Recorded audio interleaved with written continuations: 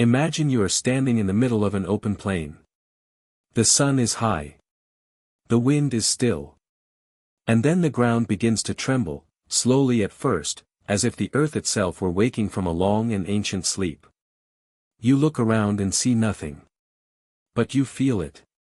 You feel that something is approaching. Something enormous. And then you see the shadow arrive before the creature does, a shadow that swallows the entire horizon, that devours the sun, that turns day into night in a matter of seconds.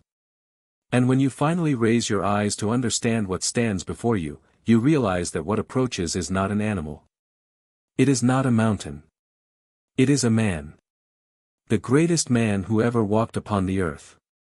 And you understand, in that single instant, why entire civilizations fell to their knees before him, not by choice, but because before a Nephilim, no human being can remain standing. This is not the story of a hero from a poet's imagination. This is not the tale invented by Greeks sitting around a fire, crafting legends to explain the thunder and the earthquake. What you are about to hear is something older. Something that existed before the marble temples, before the Olympic Games, before the word hero was ever spoken in any human tongue. What you are about to hear is the story of Hercules, not as the Greeks knew him, but as the ancient world truly remembered him. A Nephilim. A giant born of the union between one of the Watchers, the fallen angels described in the Book of Enoch, and a woman of the human race. A being whose existence shook the antediluvian world to its foundations and whose memory was so powerful, so impossible to erase, that it survived thousands of years, crossed oceans and civilizations, and arrived at the shores of ancient Greece wearing a new name and a new mythology, but carrying within it the same impossible, terrifying, magnificent truth. Before we can understand who Hercules truly was, we must first understand the world into which he was born. Not the world of Athens or Sparta. Not the world of Zeus on Mount Olympus. We must go back much further, back to the antediluvian world, the world before the Great Flood, a world described in the Book of Enoch with extraordinary detail and extraordinary terror. The Book of Enoch is one of the most remarkable texts to survive from the ancient world. It is not part of the standard biblical canon, but it was considered sacred by some of the earliest Jewish and Christian communities. It was quoted in the New Testament. It was revered by the authors of the Dead Sea Scrolls.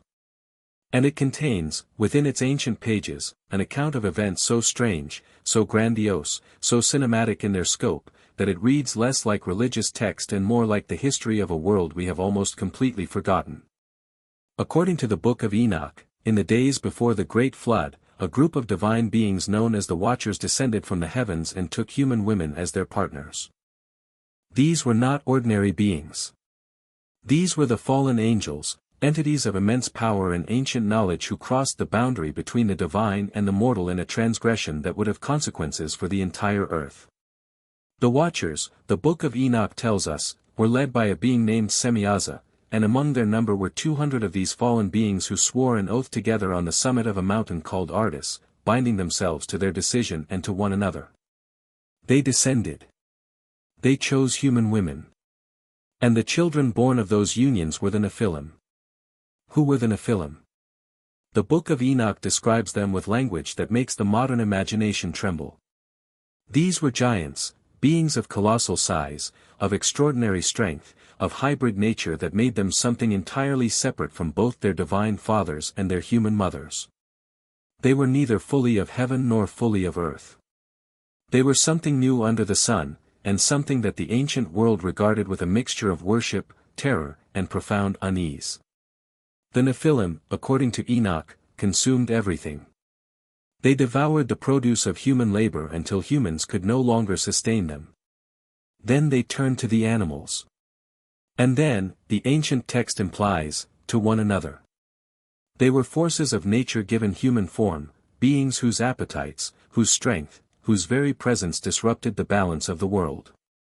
This is the world into which the being we would come to call Hercules was born. Not in Greece. Not to Alcmene and Zeus. But in the antediluvian world, in a time before recorded history as we know it, in a civilization so ancient that its memory survived only in fragments, in myths, in the echo of stories passed from one culture to the next across thousands of years and thousands of miles. The Nephilim were real in the collective memory of the ancient world. And among them, the ancient traditions suggest, there was one who was different.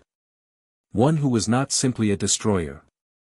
One who was, in some profound and terrible way, a protector. Consider what the Greek tradition tells us about Hercules. Consider the 12 labors, those extraordinary tasks that define his mythology and give his story its enduring power. Hercules kills the Nemean lion, a creature of supernatural invulnerability that no ordinary weapon could pierce. Hercules destroys the Lernaean Hydra, a monster of regenerating horror that multiplied with each wound. Hercules captures the Erymanthian boar, cleans the Augean stables, drives away the Stymphalian birds, captures the Cretan bull, steals the Mara of Diomedes, obtains the belt of Hippolyta, captures the cattle of Geryon, steals the apples of the Hesperides, and finally descends into the underworld itself to capture Cerberus. Each of these labors is, on the surface, a story about a hero defeating a monster. But look beneath the surface. Look at what these labors actually represent. Every single one of the creatures and challenges that Hercules faces in his 12 labors belongs to a category of being that exists outside the natural order. The Nemean lion cannot be killed by normal means. The Hydra regenerates beyond natural capacity. The creatures Hercules faces are, without exception, beings that should not exist according to the rules of the natural world. They are hybrids. They are monsters. They are precisely the kind of creatures that the Book of Enoch tells us were created during the antediluvian age, the age of the Nephilim and the Watchers, when the boundaries between species were violated and new and terrible forms of life came into being. The Watchers, according to the Book of Enoch, did not merely take human women as companions. They also taught humanity forbidden knowledge, the secrets of metallurgy, of enchantments, of the mingling of animals and plants and humans in ways that nature had never intended. The monsters of Greek mythology are, in this reading, the legacy of that forbidden knowledge. They are the creatures of the antediluvian world. And Hercules, the Nephilim, is the being who was powerful enough to destroy them. This connection between Hercules and the Nephilim is not merely a modern speculation. The ancient world itself seems to have preserved this memory in remarkable ways. In the Hebrew tradition, one of the most famous of all the Nephilim was a giant named Nimrod, a mighty hunter before the Lord, as the book of Genesis describes him, a being of extraordinary power who established the first great civilization after the flood and who built, according to some ancient traditions, the Tower of Babel itself. Nimrod, in the ancient Jewish and early Christian commentary tradition, is sometimes associated with the Greek Orion, another giant of myth. But even more intriguing is the connection that some ancient writers drew between Nimrod and Hercules directly.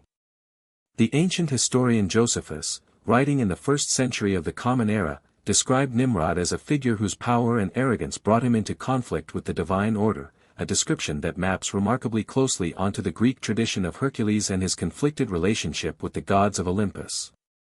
But the connections go deeper still. The name Hercules itself, Heracles in the original Greek, means, glory of Hera. This is one of the great ironies of the Greek mythological tradition, because Hera is the goddess who, throughout the entire cycle of Heracles' myths, is his greatest enemy. It is Hera who drives Heracles to madness. It is Hera who sets the 12 labors as punishment. It is Hera who represents, in the Greek tradition, the divine resistance to the existence of this hybrid being, this son of Zeus and a mortal woman, this being who should not exist, this creature of two worlds. And here the parallel with the Book of Enoch becomes almost unbearably precise. Because the Nephilim of Enoch are exactly that, beings who should not exist, whose very existence represents a violation of the divine order, whose presence on earth provokes a response from the highest levels of the divine hierarchy. In the Book of Enoch, it is God himself who ultimately orders the flood to cleanse the earth of the Nephilim and the corruption their fathers, the Watchers, had introduced. In the Greek tradition, it is the gods of Olympus, led in their opposition by Hera, who constantly seek to limit, to punish, to contain the power of Heracles. The structure of the conflict is identical. Only the names have changed. Consider also the physical description of Hercules in the Greek tradition. He is not simply a large man. He is not simply a strong man.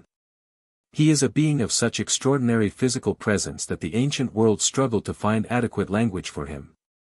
The ancient sources describe him as being of immense stature, not merely tall by human standards, but tall in a way that placed him in a different category from ordinary human beings. He wears the skin of the Nemean lion as his armor, a lion so enormous that no ordinary weapon could pierce its hide.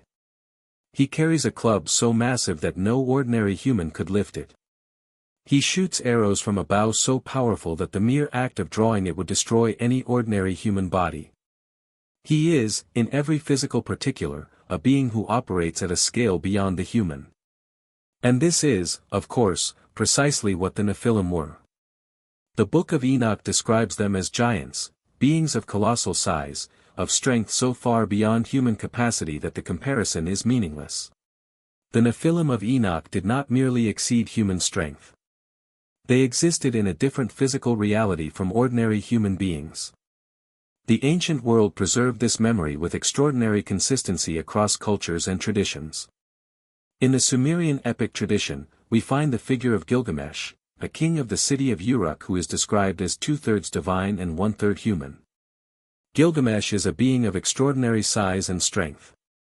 He is the builder of great walls and the killer of monsters. He undertakes journeys into the wilderness, defeats supernatural creatures, and ultimately faces the reality of his own mortality, his hybrid nature granting him power beyond the human but not the immortality of the divine. The parallels between Gilgamesh and Hercules have been noted by scholars of comparative mythology for well over a century. Both are hybrids of divine and human. Both are of extraordinary physical stature. Both kill monsters and beasts of supernatural power. Both descend into the underworld. Both face the grief of losing a companion, Enkidu in the case of Gilgamesh, Iolaus in some versions of the Hercules cycle. And crucially, both exist in a tradition that also preserves the memory of the Great Flood. Gilgamesh meets Utnapishtim, the Sumerian Noah, as part of his journey. Hercules is a being of the pre-Olympian world, a world that the Greek tradition itself acknowledges was destroyed and remade before the present age began. This is the crucial point that the ancient traditions are trying to preserve across thousands of years and thousands of miles of cultural distance. The figure we call Hercules, this being of impossible strength, this killer of monsters, this hybrid of the divine and the human, existed in the collective memory of the ancient world as a being from before the flood. As a Nephilim. As one of those giants whose existence is described in the Book of Enoch, in the pages of Genesis, in the traditions of Mesopotamia, in the myths of Egypt, and in the oral histories of cultures around the world. The Greeks gave him a new name and a new context. They placed him within their own mythological framework, made him the son of their chief god, gave him a Greek mother and Greek enemies and Greek monsters to fight. But the core of the figure, the impossible strength, the hybrid nature, the conflict with the divine order, the role as destroyer of the monsters of the antediluvian world, all of this survived the translation intact. Why did these stories survive? Why did the memory of the Nephilim persist so powerfully across so many cultures and so many thousands of years? The Book of Enoch itself offers a partial answer. According to Enoch, when God sent the flood to cleanse the earth of the corruption introduced by the Watchers and their Nephilim offspring, the spirits of the dead Nephilim did not simply cease to exist. They became, according to the ancient text, something else, unclean spirits, presences that continue to move through the world, to influence human beings, to cause harm and disorder. In other words, the Nephilim did not simply die and disappear. They persisted in a transformed state. And perhaps their stories persisted in a similar way, transformed from the raw memory of actual giant beings into mythology, into legend, into the heroic traditions of cultures that no longer remembered the antediluvian world directly but could not forget the beings who had once walked it. The monsters that Hercules fights in his 12 labors are, in this reading, the last remnants of the antediluvian world, the creatures created by the forbidden knowledge of the Watchers, the hybrid beings born of the same transgression that produced the Nephilim themselves. Hercules, the Nephilim, is the being powerful enough to destroy these remnants, powerful enough not because of human strength or human courage, but because he shares their nature. He is, like them, a product of the crossing of boundaries. He is, like them, a hybrid being who exists between worlds. But where they represent destruction, chaos, the corruption of the natural order, he represents something else, the possibility that a being of Nephilim power might choose, or be compelled, or be shaped by suffering and labor, into something closer to a protector than a destroyer. The 12 labors themselves, in this light, become something profound. They are not simply a hero's adventures. They are a process of transformation, the transformation of a being of Nephilim power from a force of chaos into a force of order. The madness that Hera sends upon Hercules, the madness that causes him to kill his own wife and children, that triggers the 12 labors as an act of atonement, this madness is, in the ancient tradition, precisely the kind of uncontrolled destructive force that the Book of Enoch associates with the Nephilim. The Nephilim consumed everything. They destroyed without restraint. And it is this consuming, destroying nature that Hercules must overcome, that must be channeled, disciplined, directed toward the monsters of the antediluvian world rather than toward the human civilization he might otherwise destroy. This is the story the ancient world was trying to tell. Not a simple story of a strong man defeating monsters. But the story of a Nephilim, a being of the antediluvian world, of the age of fallen angels and hybrid giants and civilizations that the flood erased, who became something more than his nature suggested he should be. A being who took the impossible strength of the Nephilim and directed it, through suffering and labor, toward the protection of the human world. Who destroyed the monsters of the antediluvian age so that the post-diluvian world, the world we live in, could begin in something closer to safety. The Greeks did not forget this. They could not forget it. The memory was too deep, too ancient, too powerful to erase. So they did what human beings have always done with memories too large for history to contain, they transformed it into mythology. They gave the Nephilim a Greek name. They gave him a Greek mother and a Greek divine father. They placed his labors within the geography of the Greek world. But the essential truth of who and what he was, the hybrid being, the Nephilim giant, the destroyer of antediluvian monsters, the being whose existence challenged the divine order and whose suffering transformed him into something approaching the heroic, this truth survived. It survived in the myths of Mesopotamia, in the texts of the Book of Enoch, in the pages of Genesis, and in the marble friezes of the Greek temples where the labors of Hercules were carved in stone for all eternity. The ancient world knew something that we have largely forgotten. It knew that the line between history and myth is not as clear as we modern people like to believe. It knew that the stories we tell about giants and monsters and fallen angels and hybrid beings are not simply the products of uneducated imagination struggling to explain a world they did not understand. They are the echo, distorted by time and translation, transformed by culture and language, but still recognizable to those who know how to listen, of a world that actually existed. A world before the flood. A world of Nephilim. A world in which the boundaries between the divine and the human, between the natural and the supernatural, between one species and another, were not yet fixed. A world that was destroyed, according to both the Book of Enoch and the Book of Genesis, precisely because those boundaries had been violated so catastrophically. We do not know his original name. We do not know the name he was given in the antediluvian world, in the civilization that existed before the flood erased it. We know him as Hercules, as Heracles, as the hero of the 12 labors, the son of Zeus, the greatest of all the Greek heroes. But behind that name, beneath the marble and the myth and the centuries of retelling and transformation, something older waits. Something that walked the antediluvian earth with steps that shook mountains. Something that stood between the human world and the monsters of an age that should have been forgotten. Something that the ancient world, across every culture and every tradition, remembered as one of the Nephilim. And perhaps that is the most remarkable thing of all. Not that such a being might have existed, though that possibility alone is enough to arrest the imagination and hold it suspended in a state of wonder. But that the memory of his existence was too powerful to die. That it survived the flood that destroyed his world. That it crossed continents and oceans and millennia. That it arrived in our hands, in our mythology, in our sacred texts, in our ancient stories, still recognizable, still carrying the essential truth of what he was. A Nephilim. One of the giants of the antediluvian world. A being born of the union of a fallen watcher and a human woman. A creature of the Book of Enoch who became the greatest hero of ancient Greece. Hercules.